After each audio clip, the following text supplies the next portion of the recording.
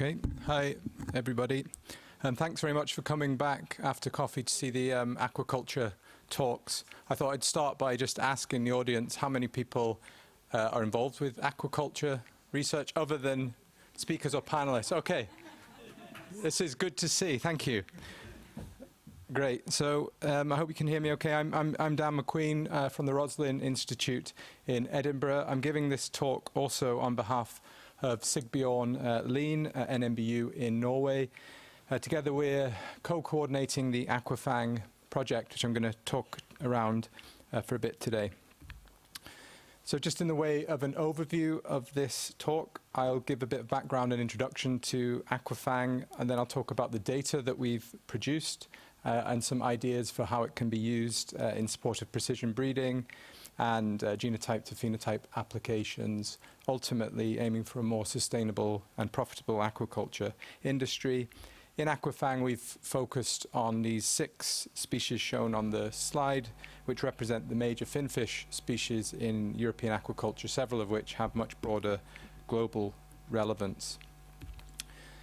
So aquaculture benefits very broadly from genomics already, including in breeding programs.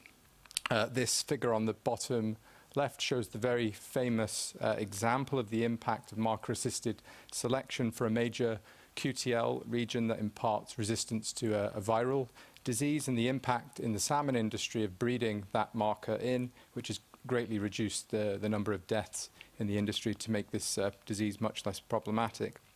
And in that vein, GWAS and other methods have been used to identify a range of different QTLs. It's important to say in aquaculture, because of the species have a much more recent domestication history than poultry and livestock, there's more major QTLs still segregating that can be used in selection.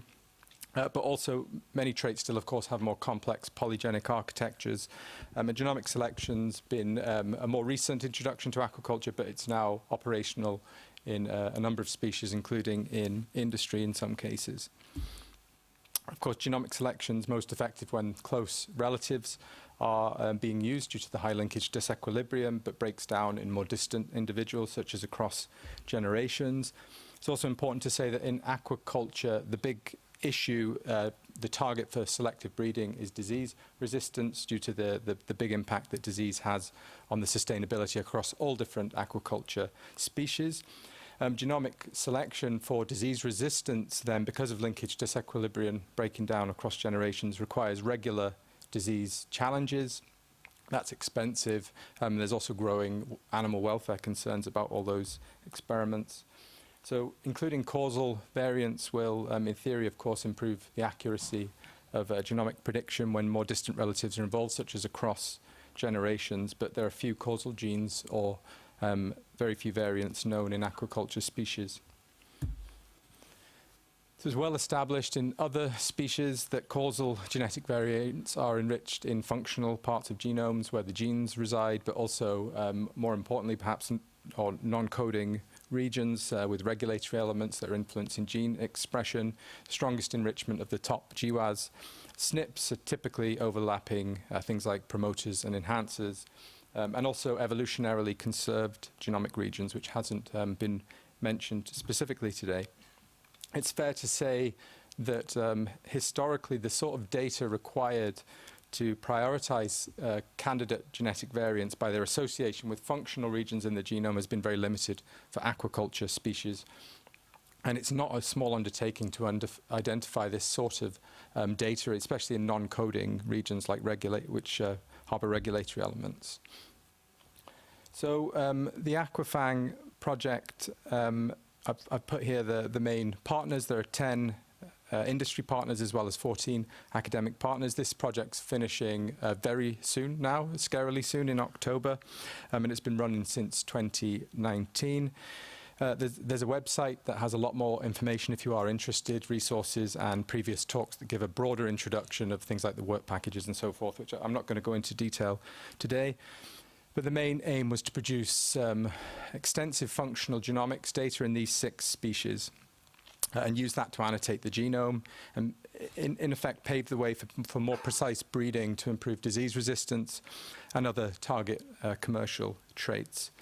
And importantly also to develop the competence and the methodologies in aquaculture species to actually expedite the uptake of genome annotation and its exploitation in the industry.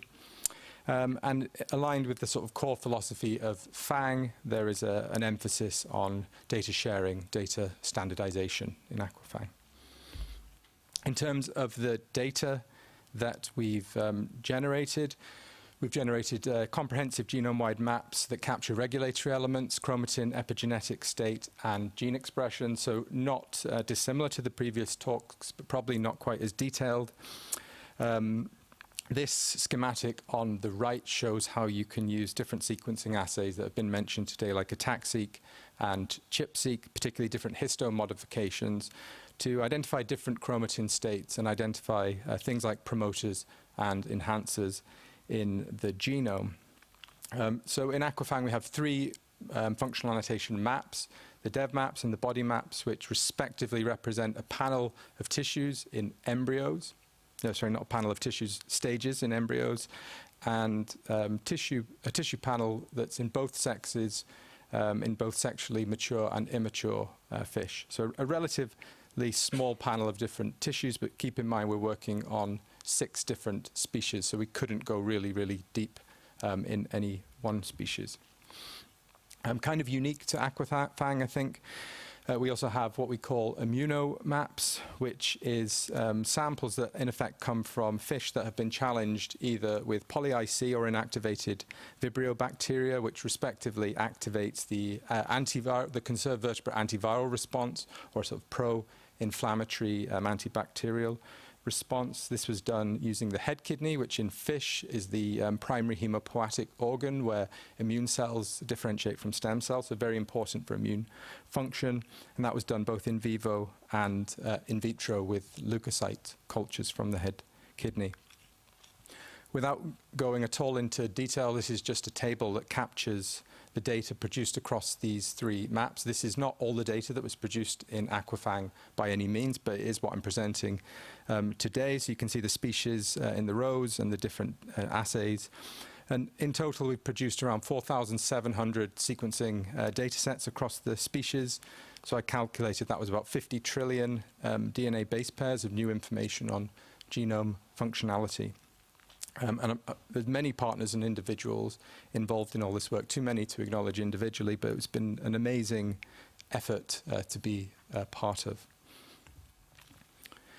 AQUA-FAANG has a dedicated work package for data analysis and sharing, led by Peter Harrison at EMBL EBI, and also with contributions from the Ensemble team. All the data in AQUA-FAANG from these maps I've presented today will be shared through the Ensemble genome browser, both to enhance the gene predictions, but also to produce novel regulatory annotations of the same type that Elisabetta introduced previously, with the final annotations due for release in October, but there's a lot of data that's already available on Ensemble if you're interested. And all the data and raw metadata describing the samples and how the assays were performed is available through the FAANG data portal for anyone to download.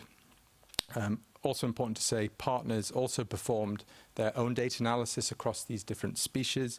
This was done using NF-core pipelines based on Nextflow. This was done to harmonize with the other EuroFAANG projects that were using NF-core pipelines, and also because it provided a way for us to standardize across the different species and experiments, so we had a more reproducible data.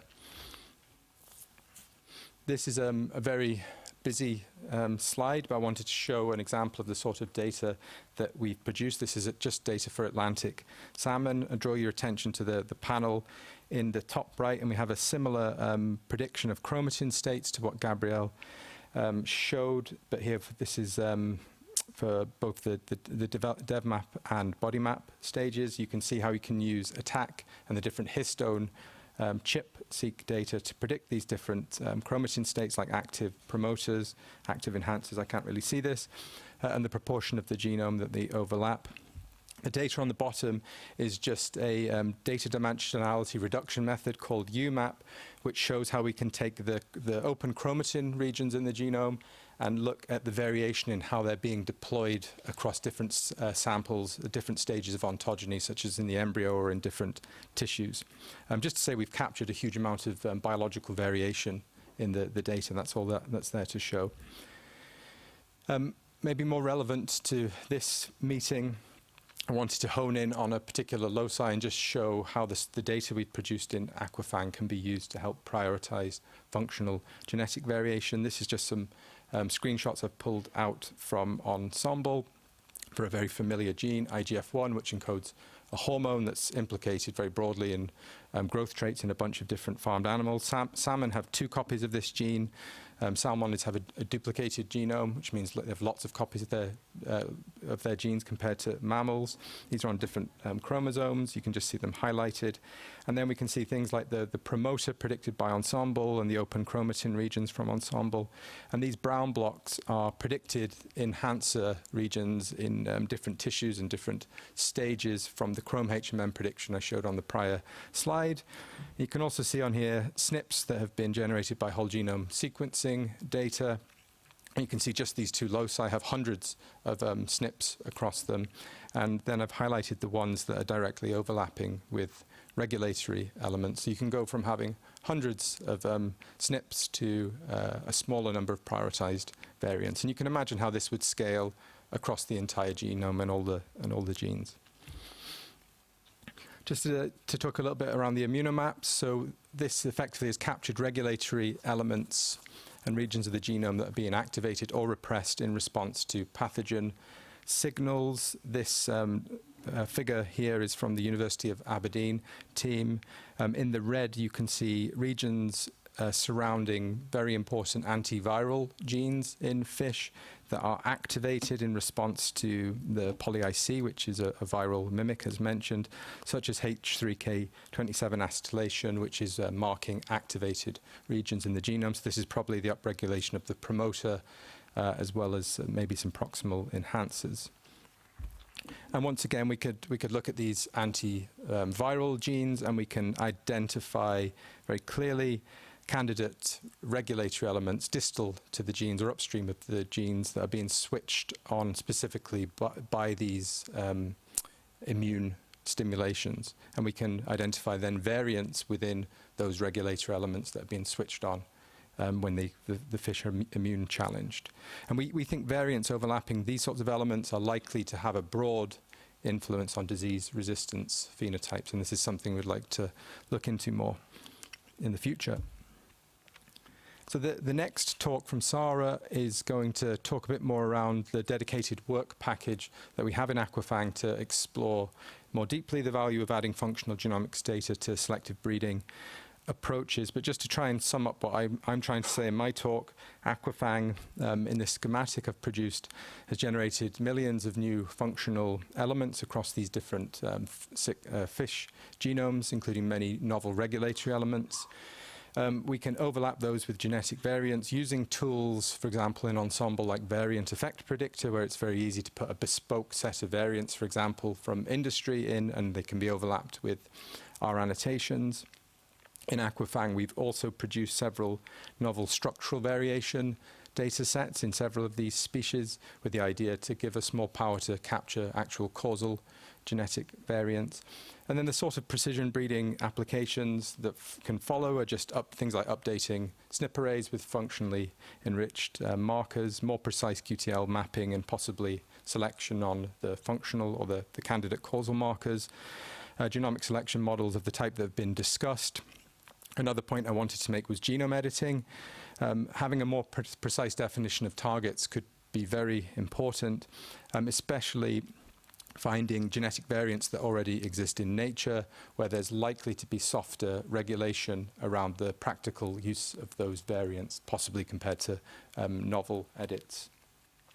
But there's always more work to be done, and having additional data, additional annotation will give more scope to identify causal variants. Some of the things we're doing already in the project have been mentioned already, like transcription factor binding sites in active regulatory elements, doing expression QTLs. There's some of that work in the project. And also, I think very important is conserve non-coding elements, which usually score very highly on their importance phenotypically. And in the future, there's other work that we could be doing. I've probably run out of time. And then you being kind. Sorry, I'm nearly there. Just tell me to stop if I need to. This is my last slide, I think. Closing reflections. So AQUA-FAANG's created a large upstep in functional genomics data and competence. But I think it's very important to say a comprehensive understanding, exploration, and exploitation of this data is going to take years to reach fruition, especially when we think about how this sort of data can be used in industry. Partly, this is because when we take a broader global perspective, aquaculture, just a finfish, involves many highly diverse species, and the practical applications of even standard genetic and genomic tools is highly variable from extremely advanced livestock level to none at all. So the realization of using functional genomics data on selective breeding is going to be gradual, and it's going to be different for different species. But it's important to say that the most advanced sectors like salmonids are already using AQUA-FAANG data to update SNP arrays in genomic selection models and in their gene editing aspirations.